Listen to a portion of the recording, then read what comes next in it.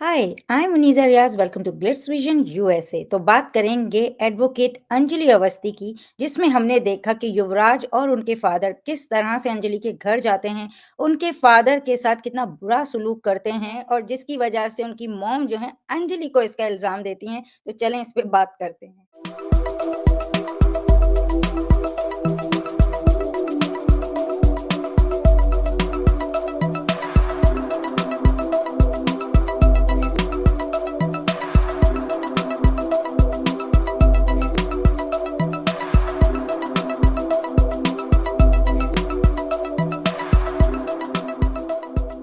पिताजी क्या कहेंगे जो इतना बुरा सलूक उनके पेरेंट्स के साथ किया जा रहा है और फिर बाद में ज़ाहिर-सी बात है इतनी बेइज़्ज़ती होगी तो कोई तो अ, उसकी माँ तो उसको ही इल्ज़ाम देगी ना, क्योंकि आज उसकी वज़ह से उन्होंने घर पे आके उनकी इतनी बेइज़्ज़ती की है। तो क्या कहोगे आप?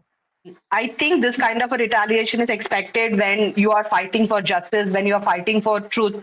जब आप fearlessly निडर होके जब सच का साथ देते हो, न्याय की मांग करते हो, तो जो गलत लोग होते हैं उनका हमेशा से ऐसा ही रिएक्शन होता है। उनको हमेशा से अपना एक पावर दिखाना होता है कि देखो हम किस क्या क्या कर सकते हैं तुम्हारे साथ। And that is exactly what we saw.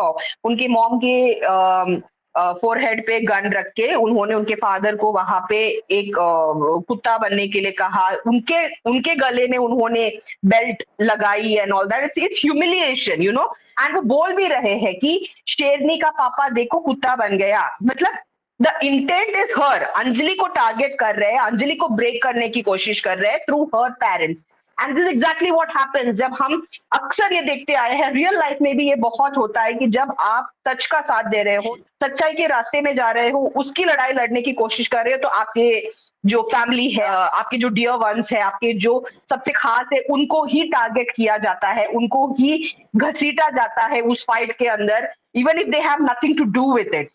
So this is always a tactic that such people use, and that is exactly what Yuvraj and his father has done over here. And उनका mom का ये कहना कि ये सब तुम्हारी वजह से हो रहा है, आई थिंक अंजलि का साथ देना चाहिए उनको। मगर उन्होंने गिन्नी का साथ दिया था, लालच में आके उन्होंने वाकई में गिन्नी का साथ दिया था। वरना बहुत पहले इसका एक ये जो केस चल रहा था, पद्मा का जो मोलेस्टेशन केस चल रहा था, किसी और दिशा में बहुत पहले जा चुका होता if her mother did not betray her. So I would actually say that she's a hypocrite for targeting Anjali या blaming Anjali in this scenario, जबकि उन्होंने भी उसमें एक पार्ट प्ले किया है। For whatever reason she has also done it. So देखते हैं क्या होने वाला है। मुझे नहीं लगता है कि Anjali still going to back down। और जिस तरीके से उनके पापा वहां बैठे हैं, मुझे लगता है कि उनको तो और गुस्सा ही आ गया होगा कि इतनी बेइज्जती करने के बाद अब तो इनको छोड़ना नहीं है, क्योंकि his expression is of that, वो हर्ट है, मगर ऐसा लग भी रहा है कि नहीं, my daughter should not stop. और हमेशा से अंजलि को सपोर्ट करने वाले भी उनके पापा ही थे।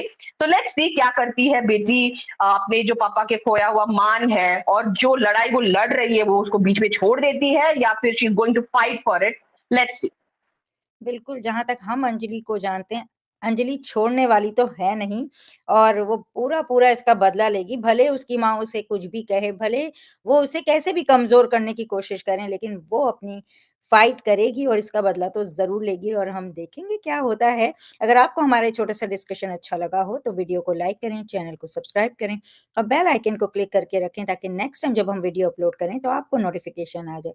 और देखते रहें advocate Anjali Awasthi on Star Plus. Take care. Bye bye. Hi, I'm Aditi Sharma and you're watching me on Glitz Vision USA.